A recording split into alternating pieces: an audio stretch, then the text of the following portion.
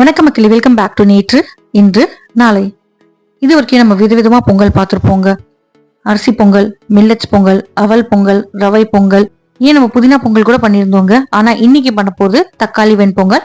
இந்த தக்காளி வெண்பொங்கலோட அட்வான்டேஜ் என்ன தெரியுமாங்க? சைட் டிஷ்ஷே பண்ண வேண்டாம். ஏன்னா சைட் டிஷ்ஷும் பொங்கலும் சேர்த்து ஒரே பானையில பண்ண போறோம்.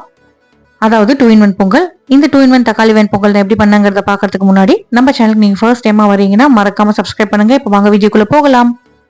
இன்னைக்கு நான் இந்த தக்காளி வெண்பொங்கலை அரிசி குறுநில தான் பண்ண போறேன். அரிசி நோயில பண்ணும்போது நீங்க பலகார நாட்கள்ல கூட சாப்பிடலாம். 1.5 கப் அளவுக்கு பச்சை அரிசி, 1/2 கப் அளவுக்கு நம்ம மூங் தால் அதாவது பைத்தம் பருப்பு யூஸ் பண்ண போறோம்.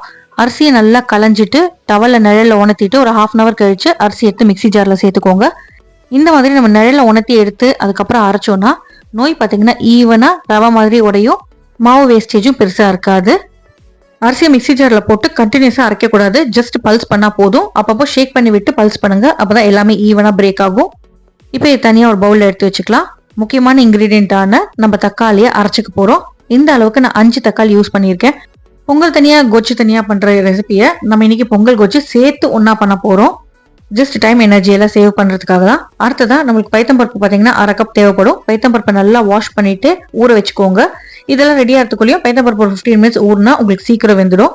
கடாயில 1 டீஸ்பூன் எண்ணெய் எடுத்துக்கலாம். அதாவது எதுல நீங்க பொங்கல் வேக விட போறீங்களோ அதுல 1 டீஸ்பூன் எண்ணெய், 1/4 டீஸ்பூன் ஜீரகம், அதுக்கப்புறம் நம்ம அரைச்ச தக்காளி விழுத சேர்த்துக்கலாம். நல்லா மிக்ஸ் பண்ணி விட்டுக்கோங்க.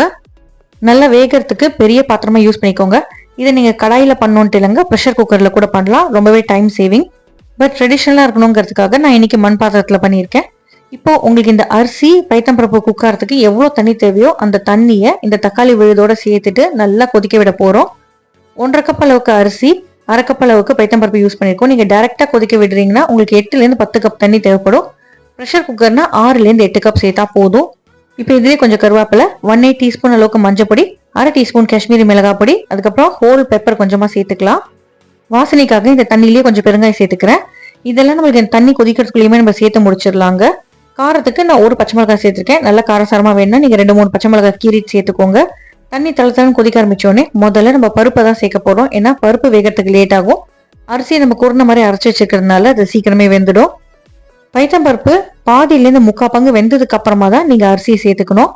தண்ணியெல்லாம் வடிச்சிட்டு பாசிப்பருப்பு மட்டும் சேர்த்துக்கோங்க. தக்காளி மிக்சரோட பாசிப்பருப்பு வெந்து வரட்டும்.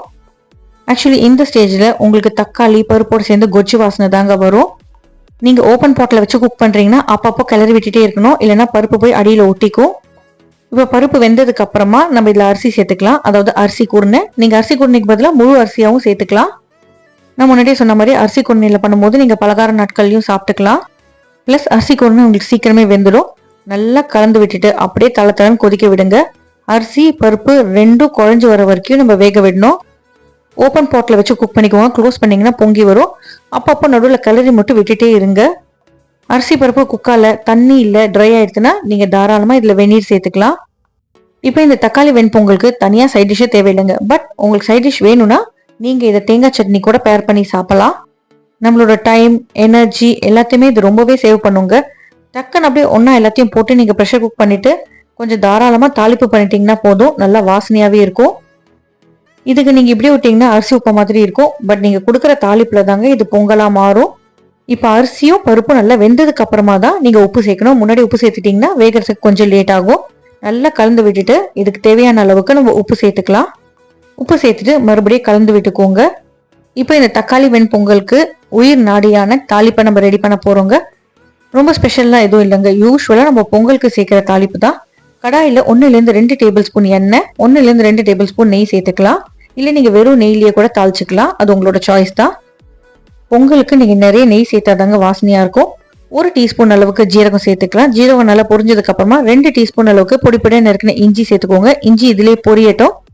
1/2 டீஸ்பூன் அளவுக்கு முழு கருப்பு மிளகு சேர்த்துக்கலாம். நான் கொஞ்சமா தான் கருப்பு மிளகு முழுசா சேர்த்திருக்கேங்க. மீதி எல்லாம் நான் மிளகு பொடியா தான் சேர்த்துக்க போறேன். கருவேப்பிலை கொஞ்சமா சேர்த்துக்கோங்க. இப்போ ஒரு கைப்பிடி அளவுக்கு தாராளமா முந்திரி பருப்பு சேர்த்துட்டு முந்திரி பருப்பு நல்லா பொன்னிறமா மாறுற வரைக்கும் வறுத்துக்கலாம். வாசனைக்கு கடைசியா கொஞ்சமா பெருங்காயம் சேர்த்துக்கிறேன். முழு மிளகு போடும்போது மிளகு நம்ம வயிற்றுக்குள்ள போறதுக்கு பதிலாக டஸ்ட்பினுக்கு தாங்க போகுது. அதனால முழு மிளகு கொஞ்சமா சேர்த்துட்டு நம்ம மிளகு பொடியை சேர்த்துக்கலாம். மிளகு பொடியை சேர்க்கும் போது மிளகோட சத்தெல்லாம் நம்மளுக்கு கிடைக்கும்.